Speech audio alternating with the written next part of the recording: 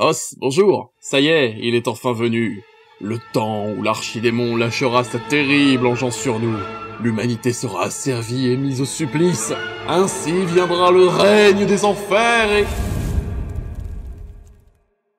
et...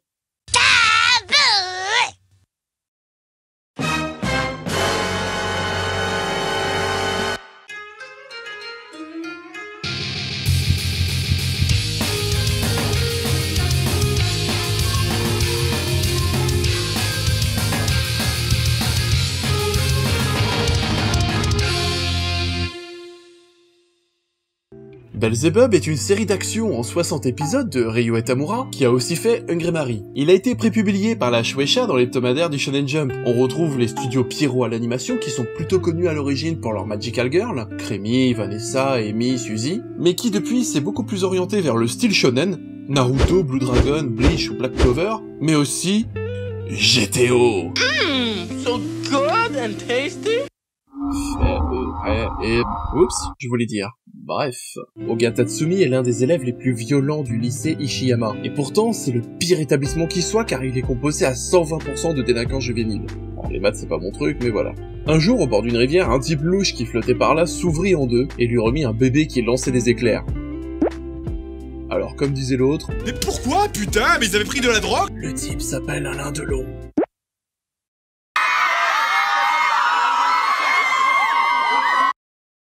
Il se trouve que le bébé est le fiston du diable, celui-ci étant quelque peu... Ah, Washi, 明日から人間滅ぼす。ですが大魔王様、明日は冥竜王の結婚式が、明後日からは地獄チュパカブラ大捜索バスツアーです。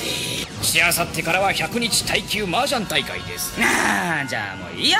あいつにやらせよ。この前生まれたわしの息子。Débordé, il envoie donc son marmot à servir l'humanité à sa place. Le mioche est alors séduit par la violence et la cruauté d'Oga et le choisit comme nounou et donc vaisseau qui canalisera ses pouvoirs démoniaques. Non mais il est sérieux là? Tu pourrais te dire un peu, feignasse. Bon, je laisse ouvert, il y a le gunpole qui arrive. Et on referme.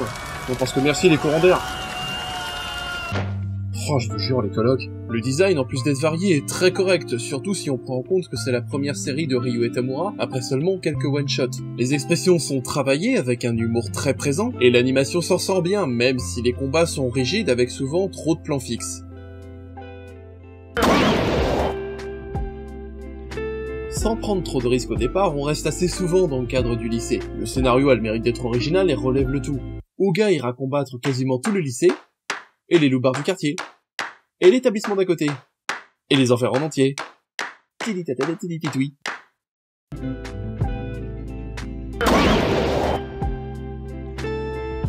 Les musiques, quant à elles, sont vraiment marquantes, on peut se taper des karaokés d'enfer sur les openings, et l'atmosphère est vraiment légère et fun. Mais écoutez-moi ça!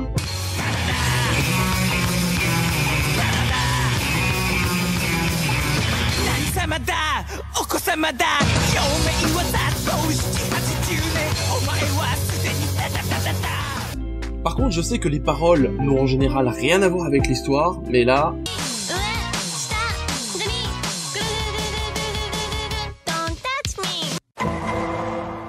Au passage, même si le doublage est de qualité, je ne m'explique pas pourquoi c'est la doubleuse de Camille de Street Fighter qui fait la voix de Bébé Belle. Yeah!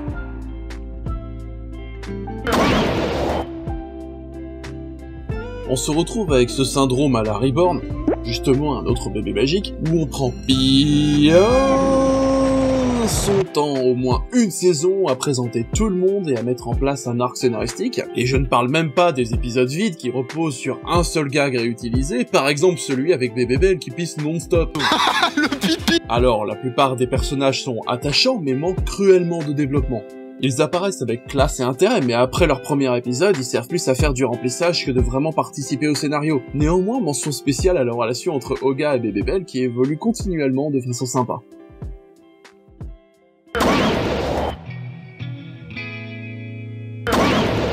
À la fin du premier tome du manga, Tamura Ryuhei raconte une discussion qu'il a eue avec son mentor, Toshiaki Iwashiro. Quand je pense qu'on avait parlé de ce scénario ensemble sur le ton de la plaisanterie et que finalement mon responsable éditorial l'a pris au sérieux, sur le coup j'avais de gros doutes, et a demandé officiellement son accord à Iwashiro Sensei, finalement il a accepté avec beaucoup de générosité. Et c'est précisément ça qui est passionnant avec Belzebub. Juste en partant d'un délire, ça suffit à donner cette flamme d'originalité qu'on trouve parfois avec des animés de type shonen. Ceux-là même qui arrivent à aller assez loin tout en restant frais avec un bon mélange de fun et d'action. Et je dirais même assez humble et qui ne se prennent pas la tête. L'humour est vraiment le point fort, même s'il ne fait pas toujours mouche. Mais c'est finalement aussi sa plus grande faiblesse car les enjeux, les drames, l'intrigue et même le développement de la plupart des personnages passent à la trappe pour entretenir le quota de gags. Ça reste un mélange très sympa et qui se regarde bien entre potes. Oh et optionnellement, il y a Jack dans cette série. Regardez-le, vous allez me dire que c'est pas lui. C'est Jiro Saotome. Bas les masques Saotome, il y a Tidus qui t'attend.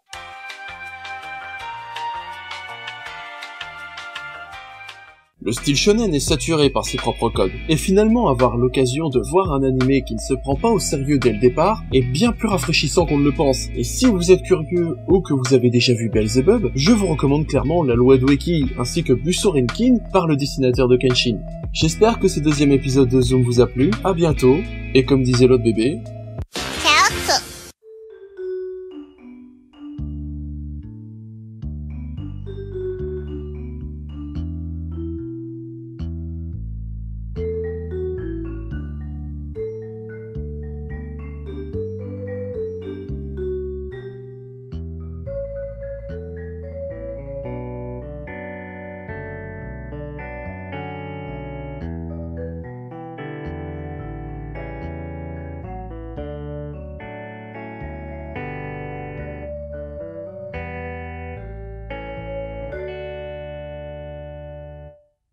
Quand j'étais enfant, j'appelais ça une coupe banane.